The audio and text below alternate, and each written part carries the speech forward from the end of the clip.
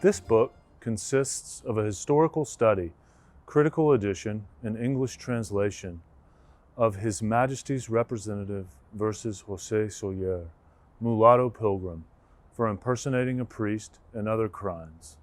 A legal case from 1693 and 1694, housed in the archive of the Kingdom of Galicia and unpublished until now. One can discern the vicissitudes of Soller's lived experience in his pilgrimage passport, credential, and diploma awarded in Santiago, all faithfully gathered in the dossier. These documents identify Soller as a, quote, priest from the Indies, end quote, on pilgrimage to the tomb of the Apostle, and from there to Rome. Together with the case file, they allow for a retracing of Soller's itinerary from Lisbon to Compostela and beyond to Orense, where a barber reshaves his tonsure haircut and where Soller acquires new fabric for a priest's outfit. Right after he leaves Orense, Soller is denounced anonymously and is apprehended for impersonating a priest, abruptly ending his journey. Mulatto outlaw pilgrim priest adds to the growing but still small body of narratives on people of color in early modern Europe and the Atlantic world. Moreover, there are clear glimpses of Soller's direct experience in the travel documents that accompany his legal file. However limited in scope the view of the entirety of Soller's life these documents provide, an analysis and presentation of the criminal case against him are important as an example of the lived experience of those of Black African descent in the early modern Iberian Atlantic world. The main text of the trial proceedings consists of 37 two-sided folios written in a late 17th century form of Spanish italics derived from the Italian humanistic script.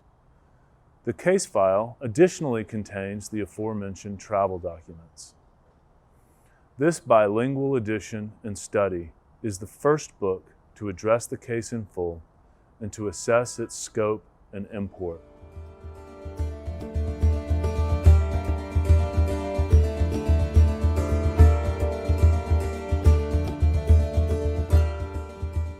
Prior to his arrest, religious houses of all types would have welcomed Soller as a pilgrim on his travels between Lisbon and Santiago and beyond.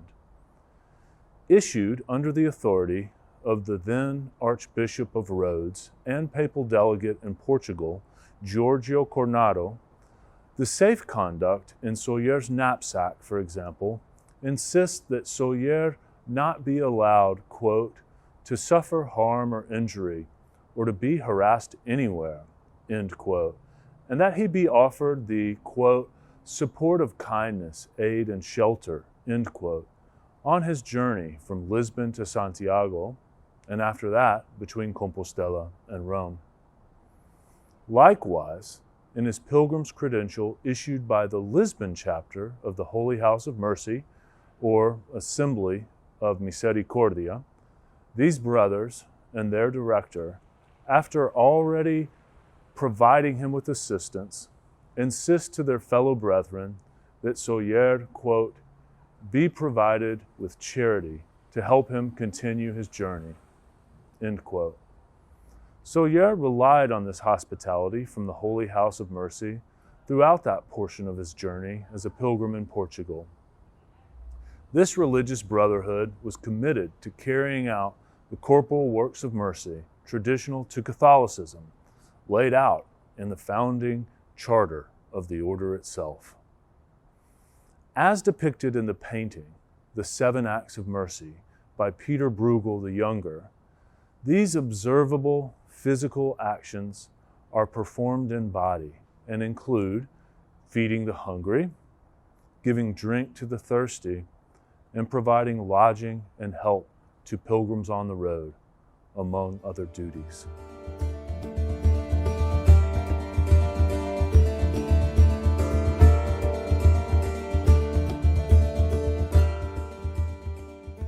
Soller's itinerary from Wednesday, February 11th through Saturday, March 14th of 1693 can be gleaned from his pilgrim's credential in the list of signatures and locations indicated where Soller furnished this document.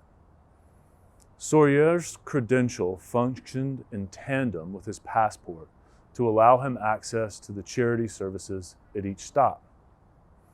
Soller obtained his pilgrim's passport, or safe conduct, on Ash Wednesday, which in the year 1693 took place on February 4th.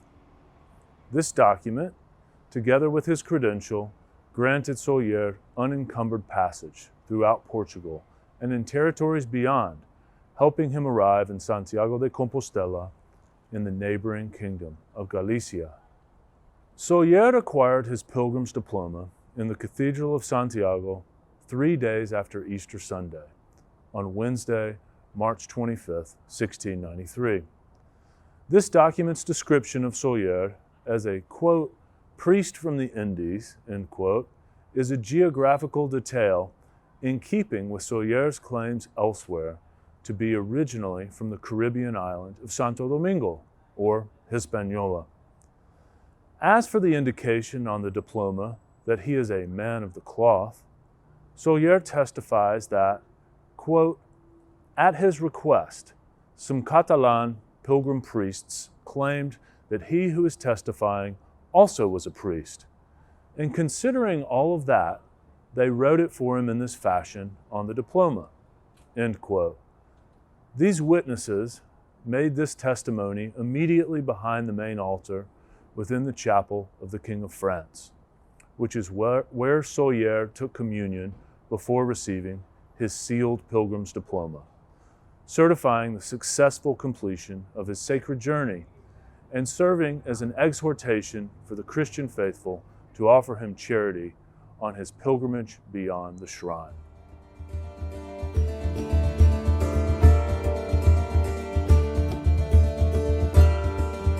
Despite Soller's possession of these official travel documents, the chief magistrate Norense, Lord Don Juan Antonio Covillas, describes Soller as, quote, a mulatto pilgrim who seems to be a slave, end quote.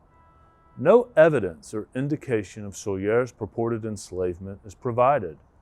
None, that is, except the word mulatto. The fact that the pilgrim is partially of black African ancestry means that, at least in Covillas's mind, Soller is more likely to be a fugitive than a priest. Soller himself articulates his motive for dressing as a clergyman, confessing that doing so, quote, does contrive for me to pass freely on pilgrimage amid the dangers of such a long journey, end quote. His use of the word freely illustrates his desire for freedom of movement, his pursuit of liberty writ large.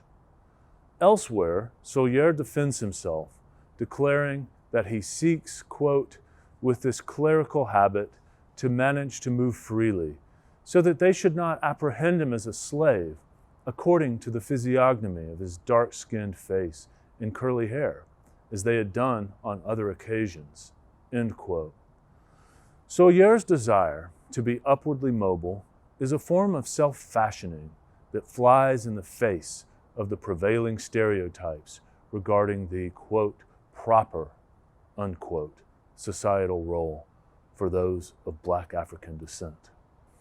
Although Soller was jailed initially for impersonating a priest, Chief Magistrate Covillas convicts him, not for this offense, but rather on charges of vagrancy, and Covillas sentences Soller to row unpaid in the king's galleys for 2 years.